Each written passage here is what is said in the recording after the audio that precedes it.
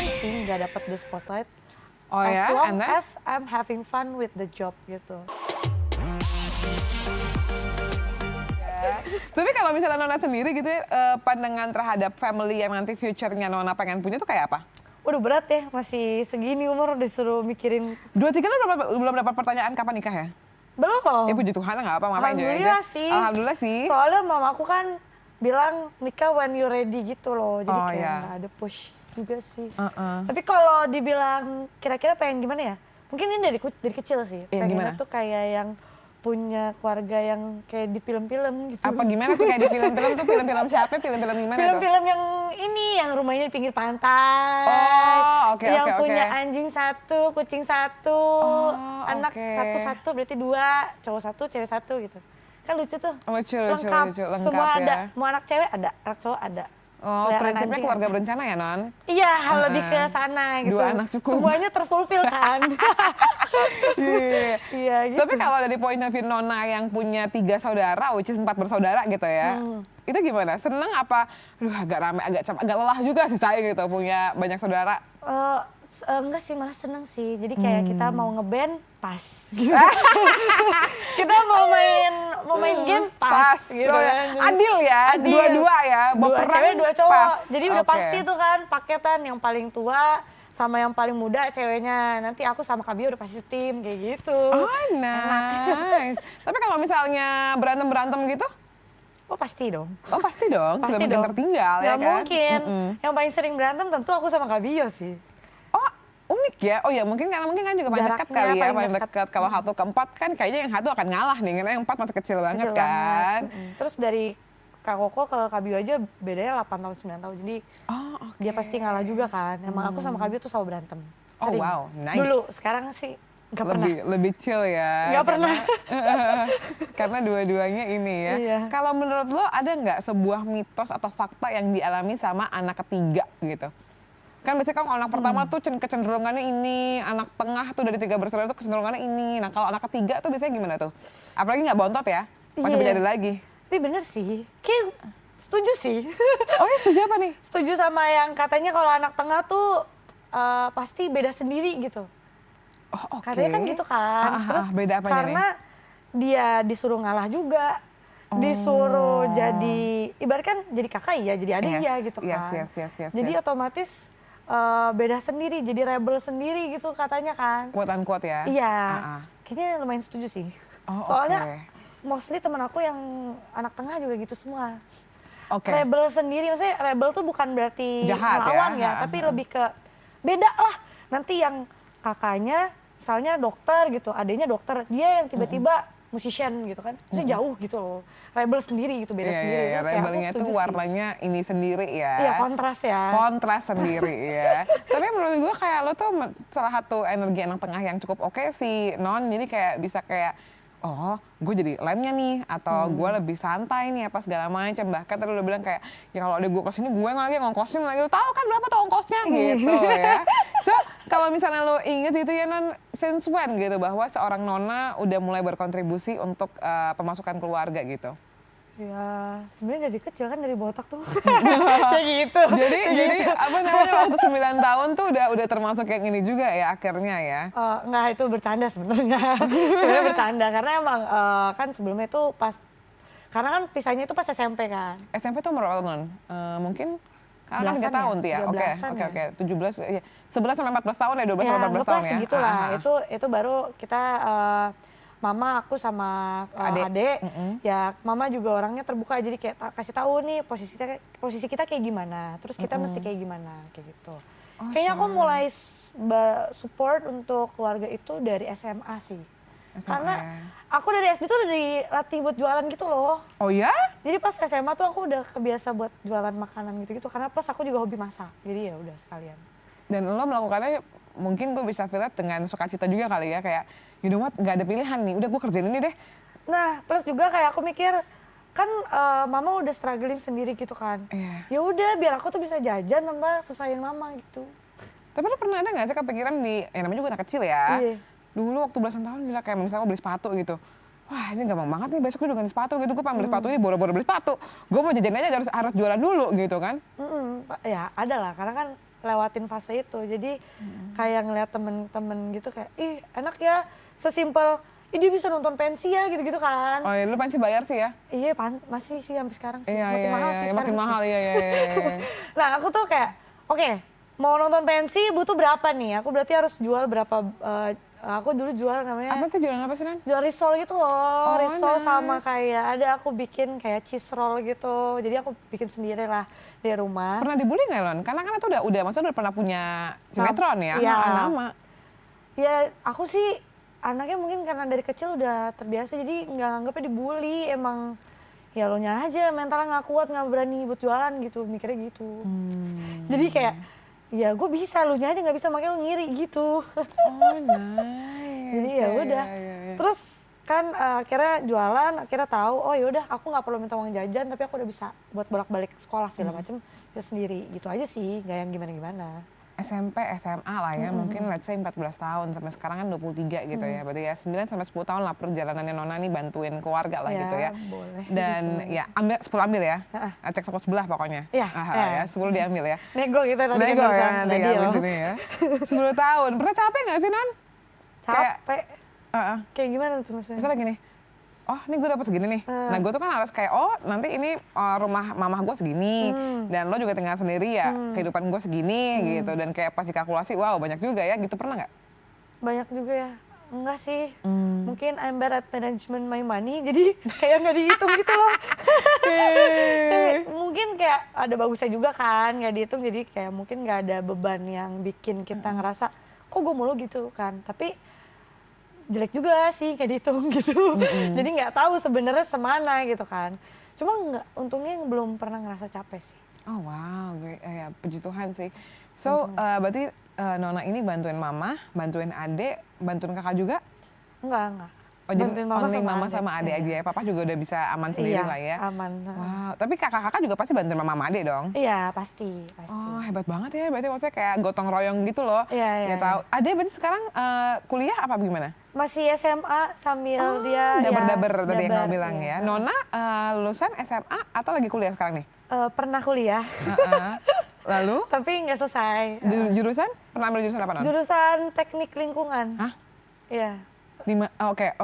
Terus? Tuh sebelum kaget, kakak harus tahu aku sebenarnya dulu kan SMK. SMK Boga, jadi aku masak. Oh oke. Tapi kuliahnya lanjutin ke teknik Lingkungan, iya kenapa tuh random banget? Apa emang lu pengen YOLO aja, nggak masalah. Gue nggak mau yang normal-normal jurusan gue gitu. Enggak, emang perdebatan dulu sama mama.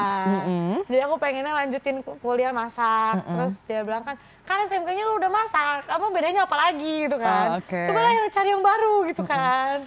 Terus aku mikir, ya apa ya, bingung juga. Terus, ya apa ya? Iya, pas banget ketemu sama acara dulu aku jadi hostnya. Itu tuh nyamperin ke salah satu pertambangan itulah. Terus lihat kan, nah ngobrol-ngobrol, terus dia rekomen salah satu kampus dia, terus jurusannya, terus aku cari tahu kayaknya oke. Pas dilakukan ternyata susah gitu. Iya, ibaratnya cari yang sekarang udah inilah yang bisa lo komunikasi, kan lo juga jadi podcaster kan. Iya. Tapi sempat mau ngulangin mimpi sekolah di luar negeri juga, karena kan dulu katanya kecil pernah punya mimpi sekolah di luar negeri ya. Dulu waktu kecil pengen di sekolah di mana sih? Pengen kuliah di Leeuwarden dulu sebenarnya lanjutin masak. Cuman kan lumayan mahal tuh ya. Dan nggak apa-apa, gue yakin pasti ada tapi jalannya. gue mimpinya dulu. Nggak apa-apa, mimpi kan nggak bayar ya, sampai akhirnya lo bener-bener ada musimnya. Sampai ada tagihannya. Iya betul. Sampai ada dananya say, sama invoice-nya say ya, invoice kuliah gitu kayak. Tapi gue tuh percaya ya Non, kalau misalnya orang yang ada di tempat di mana dia tuh harus membantu keluarganya dan sudah melakukannya dengan baik, apapun yang dia butuhkan asal dia percaya pasti bakalan bisa. Yakin gue. Jadi memang lo harus, dan again ya, kalau masalah kuliah itu memang lo harus niat banget. Dulu tuh gue juga udah kerja atau berkarir di dunia entertainment kan sebelum lulus SMA malah ya. Jadi pokoknya dari SMP nyanyi gitu kan. Terus kayak orang-orang bilang gini, kayaknya enak gak bakal kelar kuliah deh. Karena dulu juga gue perdebatan juga tuh, gak masuk sastra Inggris. Oh ya memang sastra Inggris susah gitu.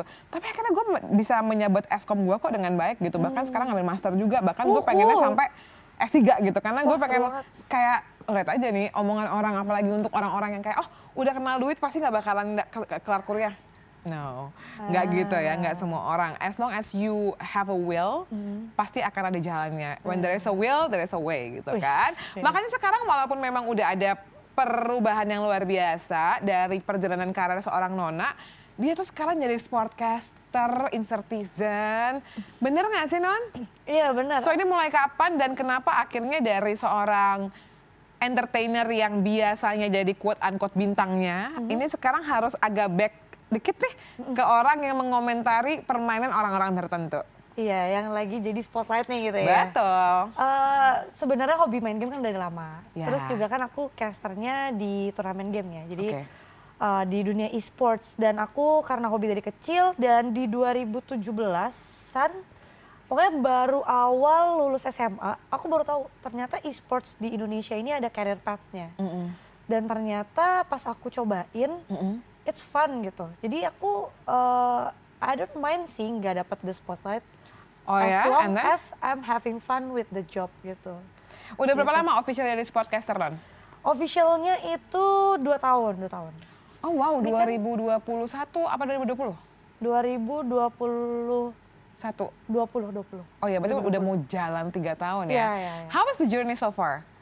It was fun dan I'm not regret it sih. Kayak one of the best choice I've ever met menurut aku. Kayak soalnya apa ya, aku tuh main game suka, Iya. tapi aku nggak jago. Oh, Gitu. oke. Jadi aku tuh biasanya You see the sebenarnya opportunity berarti ya? yes, aku tuh bawel, cukup bawel. Terus I'm good at baca permainan lawan dan teman-teman aku gitu. Tapi untuk doing it-nya secara praktikal, I'm not really good at it gitu. Makanya pas aku tahu ada career path sebagai shoutcaster ini, sebagai komentator game, aku kayak wah this is me gitu. Pertama kali Cocok dibayar banget. berapa tuh kalau boleh tahu sportcaster? Gratis. Hah? Jadi dulu tuh sebenarnya, jadi pertama kali nyoba jadi shoutcaster. Oh, fun namanya fact-nya, apa? Shout atau Shout. sportcaster? Kalau sportcaster kan sportnya ya. Karena kan ini sport juga kan sebenarnya? E-sport sih ya, sport juga sih. Cuman kalau kita di dunia e-sports biasanya nyebutnya shoutcaster. Oh, shoutcaster. Oke, Yes. go ahead. And then? Terus tadi ngomong apa ya? Bayarannya Oh gratis? iya, bayarannya gratis. Karena pertama kali jadi shoutcaster, aku tuh di hire-nya job desk-nya sebagai MC. Oh. Terus aku lihat nih, ih ada slot shoutcaster nih, cobain dong, boleh nggak? Boleh, yaudah. Jadi basically nggak dibayar kan. Udah host plus shoutcaster gitu. Terus Nyobain, ternyata seru. pas Abis itu shoutcaster yang dibayar pertama, lu inget nggak bayarannya berapa tuh? inget 750. Oh, oke, nice. Ya cukup bagus sih. Oke lah. Tapi Ada- kalau karena ada nggak soalnya kan Soalnya soalnya kalau base di dunia e-sport tuh segitu tuh kayak kelinci ya nih. kayak Kecil. heeh. Karena dunia e-sport tuh uangnya banyak banget. Waktu itu kita sempat wawancara siapa namanya? Maiden tahu dong Maiden kan. Jadi kan dia juga cerita tuh kalau ya kurang lebih cash flow di di e-sport itu agak-agak besar dan mesti kalau jadi shoutcaster itu kan juga kan dia memberikan effort tenaga dan pikirannya ya say, jadi mestinya oke gitu. Oke, bayaran termahal dari shoutcaster menurut seorang yang lo tahu deh, misalnya orang gitu ya, bukan lo Orang atau lo ya, sendiri gitu orang ya, yang gua nggak juga tahu. nggak masalah. Gue nggak tahu, nggak kenal nih, nggak kenal. Berapa sih yang pantas atau yang pernah lo denger? Yang pernah gue dengar, jadi kita itu biasanya shoutcaster based on hours ya. Oke. Itu yang gue tahu namanya tapi kayak dia nggak kenal sama gue. Nggak masalah, bukan Iya. problema, nggak masalah, namanya kehidupan. Itu sekitar 10 to 15 Nah kayak off air ya, say? per Jam? per 8 hours biasanya. Mah? 6 to 8 hours, gue nggak tahu sih, tergantung. Agak lama juga ya, say? Karena kan 6 to 8 hours itu nggak pas ngocehnya. Kita ini hitung dari standby. Oh. Gitu. Oh, jadi hampir sama ya kayak master of ceremony ya? Iya benar. Oh, oke, Kayak oke, nice. Terus menurut lo apa yang bedain shoutcaster ini sama komentator kayak sportcaster atau sport anchor lainnya tuh? Kayak misalnya kan komentator bola juga ada, komentator bulu tangkis juga ada gitu. Apa yang membedakan? Sejujurnya nggak ada yang terlalu beda sih. Karena basicnya sama, ada game, ada pertandingan, terus kita analisa atau kita storytelling ke penonton untuk penonton tuh lebih mengerti apa yang terjadi kan. Ya. Nah, bedanya tuh mungkin lebih ke istilah kali ya. Karena kan setiap olahraga pasti punya istilahnya masing-masing. Benar. Setiap game juga punya istilahnya masing-masing. Jadi tergantung kita mau fokusnya di mana. Dibilang bedanya fundamental untuk punya skillnya tuh sebenarnya sama-sama aja sih Kak gitu. Nama games kamu apa nak? Aku nge-cast itu di game PUBG Mobile, di Mobile Legends sama di Valorant.